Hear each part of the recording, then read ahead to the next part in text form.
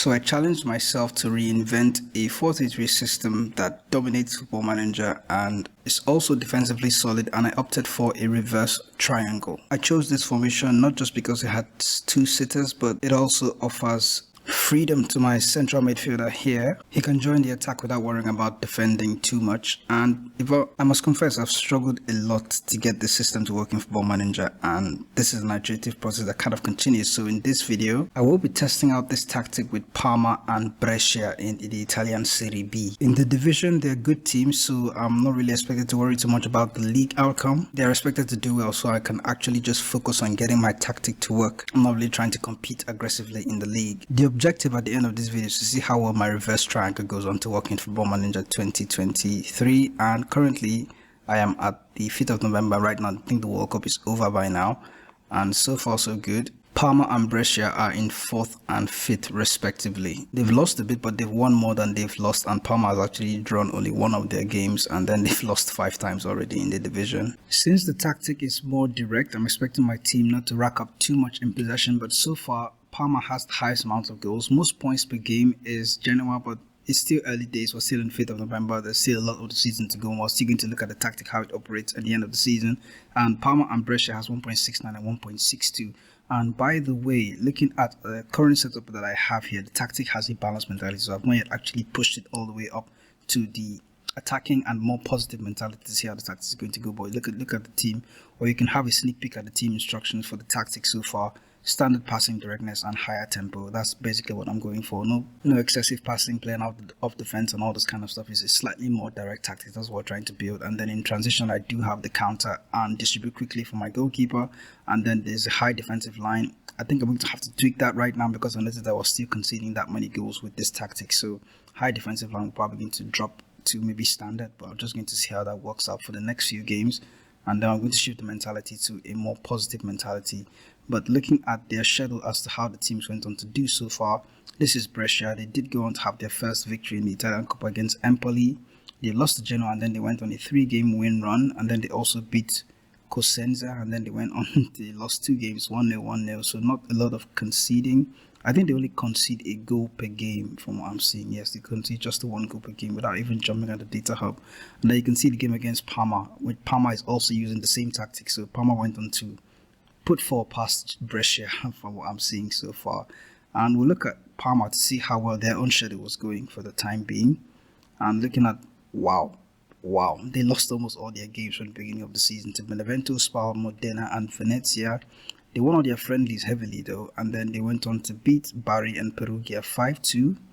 They've been on a good run so far, and by the way, we're still using the balanced mentality, so we still have to tweak the tactic to a more advanced attacking mentality and see what happens when that goes, and then we'll see the tactic again at the end of the season, and then by then we're going to look at the tactic in detail to see how I selected the player roles and why I chose those roles specifically, and how the tactic operates and how everything ties together. So I've made a few tweaks to the tactic, and I've changed the mentality from balanced mentality to attacking mentality, and then you can see the out of possession instruction. I've taken off the high defensive line and I'm opting for a standard defensive line with the attacking mentality. That should allow us to be a bit more adventurous and also somewhat solid defensively, with the high line not so high or your defensive line not so high.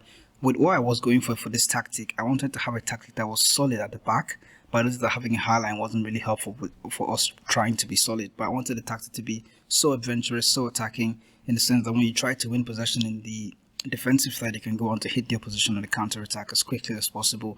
That's the idea here, counter attacking. And then having a roaming playmaker in there is a key role for this tactic, because the player is going to be responsible for driving the counter attack, pushing the team forward from back to front, more like a box to box, but it's essentially more creative than a box to box midfielder. So I want him to do a lot more. That's why I'm opting for the roaming playmaker here in DM. It's one of the most important roles for the way this tactic is going to operate. So looking at my super keeper on attack duty, no instructions for him. He's obviously playing as the guy that's going to start the counter attacks also, even though the roaming playmaker is responsible for driving the team forward. The super keeper on attack duty is the one that's going to be the counter attacking goalkeeper. I have Gianluigi Buffon here. Eccentricity is all the way up at 16, so he's very capable of executing this tactic. And then looking at my fullback, left and right, I wanted one fullback to be very, very adventurous, more attacking, So wing back on attack DT, taking more risks, crossing more, and then marking tighter. The other fullback is just as attacking, but he's going to be slightly more creative than the left-sided fullback. So I opted for a wing back on support DT, and his only instruction is to mark tighter. So he's going to be slightly more cautious not as expansive, not as adventurous as the left-sided fullback. And then I have one ball-playing defender and one central defender on defend DT. No instructions for either player that are playing in these roles. The defensive midfielder on support DT is the guy that is responsible for holding the defense. He's basically the CDM in this role because the roaming playmaker is going to get ahead a lot, except when we're out of possession. Then he's going to fall back into this kind of shape here. You have defensive midfielder on support DT taking more risks, tackling harder, and marking tighter. And then your roaming playmaker on support DT has been asked to move into channels. He's obviously going to drive the team forward. He's going to dribble a lot more, as a roaming playmaker implies, and then tackling harder, marking tighter as well. The central midfielder on attack duty is one player that's going to just get further forward, join the attack. He doesn't really have much responsibility defensively. He's essentially acting as a second striker for us, even though we have a pressing forward here on attack DT. And then my two inside forwards are going to be on support DT. Ideally, I don't want to change these roles.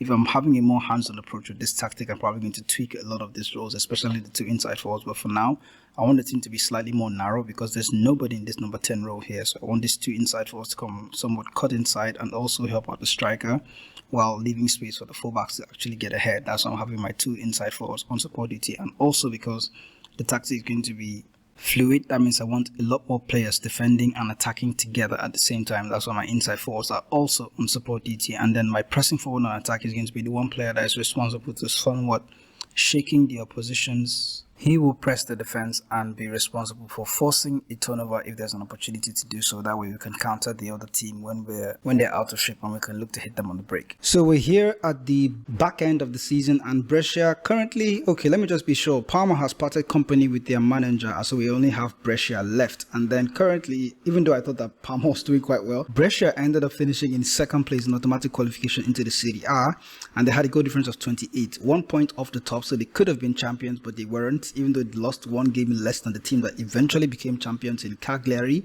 And looking at the team stats, we can see that the most goals in this division was scored by Parma, even though they didn't do quite well in the league. Brescia had the second highest amount of goals with 68.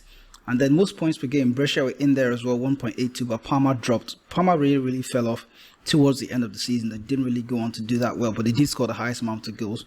Possession-wise, not so much for both teams because the tactic isn't really a possession-based tactic. And that's sort of how my first